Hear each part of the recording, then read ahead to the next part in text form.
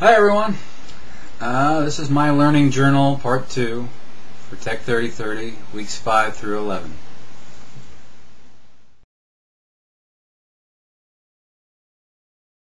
In week 5 we were supposed to pick one of the 5 frequent options discussed in Corey's video and describe the scenario that we had at our workplace.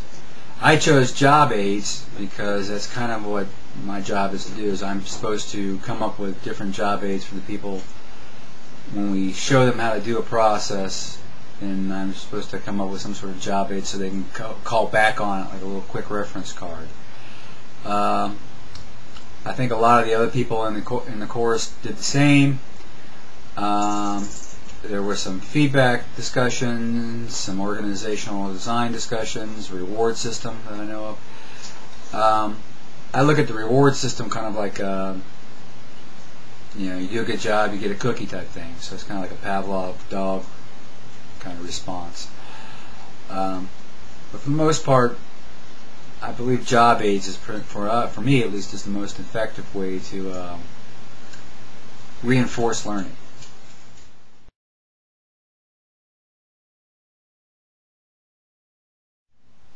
In week 6, we discussed synchronous and asynchronous collaboration tools.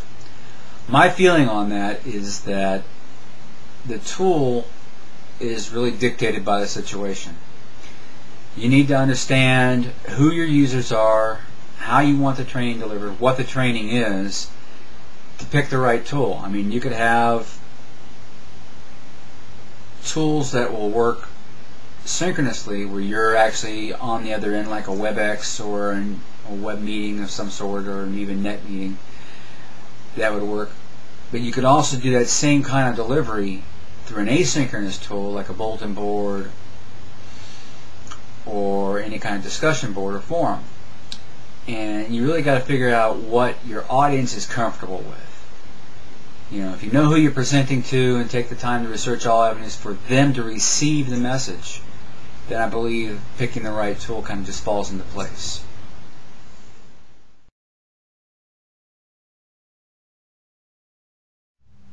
In week 7, we discussed learning responsibility.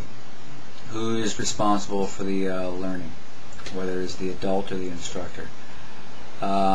It's my belief that the adult is responsible for their own learning. Either whether or not they're tasked to learn a new task or whether they want to learn a new task, it falls upon them to actually learn the material. An instructor is responsible for delivering the material in a way that an adult learner can learn it. And I believe an instructor has the responsibility to understand or pick up where a topic or task may be difficult for some, and then spend a little extra time on those problems. But ultimately the adult learner needs to figure out some way to receive the message that the instructor is trying to transmit. And that's how I look at that.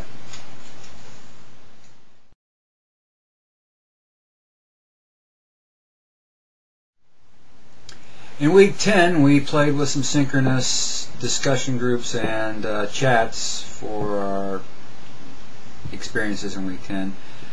Group A was led by Seth, and he did a really good job of trying to keep everybody on track.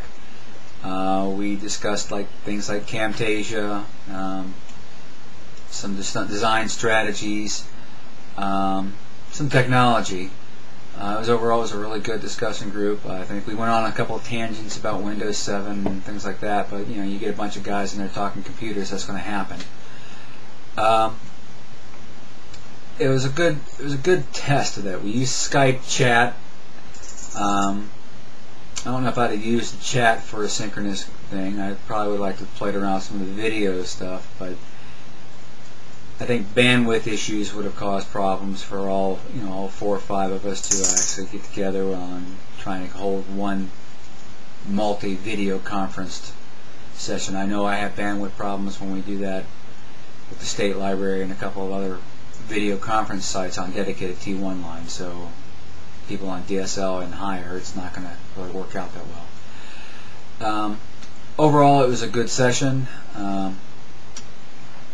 You know, kind of a neat way of learning how to do synchronous discussion and training.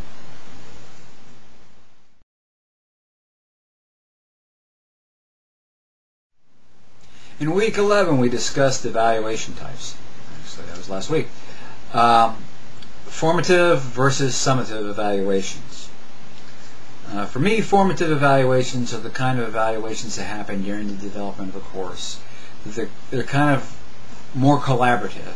You get a group of people together, you get a course developed, you get a bunch of eyes on it, seeing if it flows right, seeing if everything fits. You use a test group and see where the thing goes and see how it is delivered.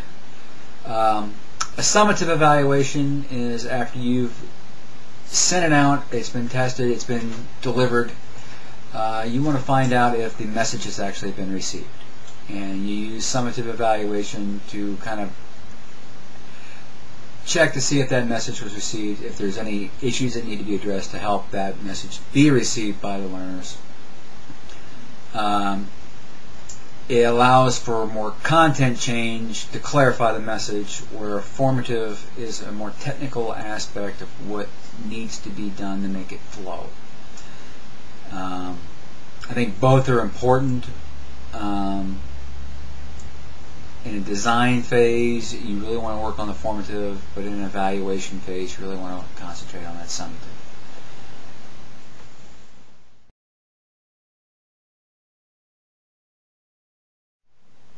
Throughout weeks 5 through 11, we've been working on our Capstone project.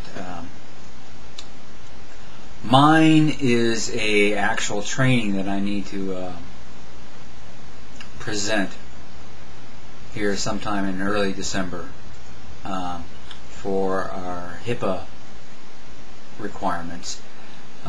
We have not had a training on the business continuity and disaster recovery and data recovery aspects of the HIPAA security rules, and we're kind of lacking on that. So I'm kind of developing something along that lines. I've done some work with a package I found online that allows me to build a web-based training module. When I actually present this, it'll probably be in a room, and then the content will be posted online. I have been playing a little bit with Camtasia, or a open source version of it, and you know, I'm going to kind of throw it out here and see if it comes across. I'm not sure how the video quality was going to come across with Camtasia and everything else, but I'm going to throw it out here on this video journal just to see what it looks like and have somebody kind of look at it, go through it. You can go through and see what I got going on with it, and any feedback I get from it will be greatly appreciated and help me out. But other than that, that is going to conclude my video journal. So thank you, and until next time, thank you. Okay, what I got going on here is this is a Camtastic or Camtasia screenshot of what's going on.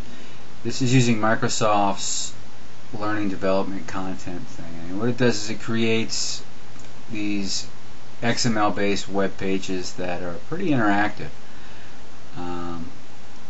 I'm basically screening through these screenshots as quickly as I possibly can. You have a table of contents tree over there on the left, and then you got the actual meat of the course on the right, and then you have some navigation down at the bottom right.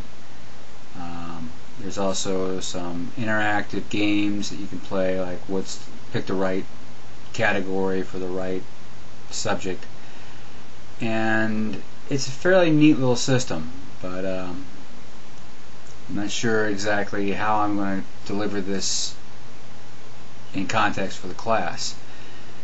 So I mean, it's just any kind of feedback I can get on this. I know the quality of the video is not good on this, and anybody who wants to actually see it, I can put it up on a website, but I just appreciate some feedback. Let's make a look at it. Thank you.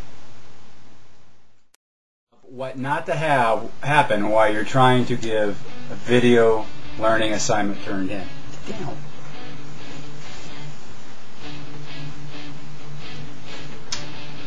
The Chihuahua will not leave me alone. It's time to take you out.